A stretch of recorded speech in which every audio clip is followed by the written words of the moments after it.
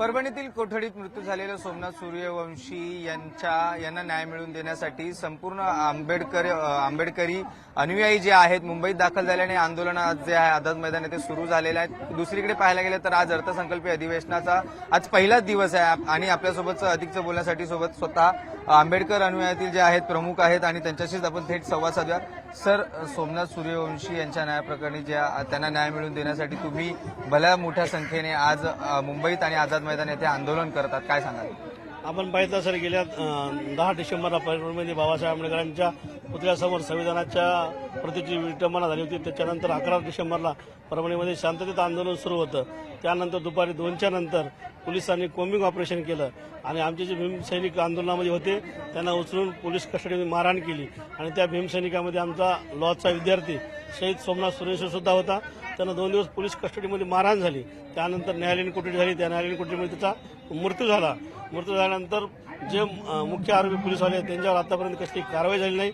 आमची मुख्य मागणी आहे की जे मारहाण ज्या पोलिसांनी केली आहे त्यांच्यावर 302 मनुष्यवधाचा गुन्हा दाखल करण्यात यावा, ही मुख्य मागणी घेऊन आज आम्ही या आझाद मैदानावर मंत्रालयाला घेरावा घालणार होतो। पण आपण पाहिलं आम्हाला पोलिसांनी इथं अडवलेलं आहे। प्रामुख्याने कोणत्या ज्या मागण्या आहेत तुमच्या असणार आहेत? पहिली मागणी आमची आहे की सोमनाथ सूर्यवंशी यांचे मारेकरी जे पोलीस आहेत त्यांच्यावर 302चा मनुष्यवधाचा गुन्हा दाखल करण्यात यावा। त्यानंतर सोमनाथ सूर्यवंशी आणि शहीद विजय वाकोडे यांच्या निधी देऊन त्यांच्या घरी शासकीय नोकरी देण्यात यावी।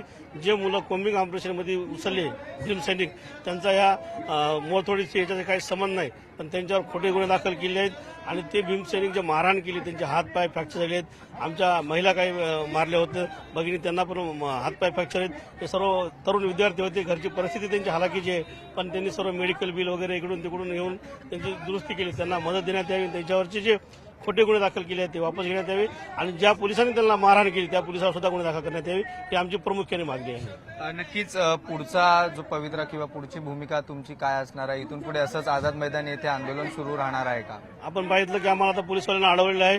आमची रास्त मागणी आम्हाला जोपर्यंत न्याय मिळणार नाही तोपर्यंत आम्ही आझाद मैदान आणि विधान भवनाला घेरावा घालण्याशिवाय राहणार नाहीत। नक्कीच जोपर्यंत आम्हाला न्याय मिळणार नाही किंवा पोलिसांकडून काही कारवाई केली जाणार नाही तोपर्यंत आम्ही इथून हटणार नाही, असं देखील त्यांचं म्हणणं आहे। व्हिडिओ जर्नलिस्ट रमेश भट्टसह श्रीकृष्ण आवटी, न्यूज 18 लोकमत, मुंबई।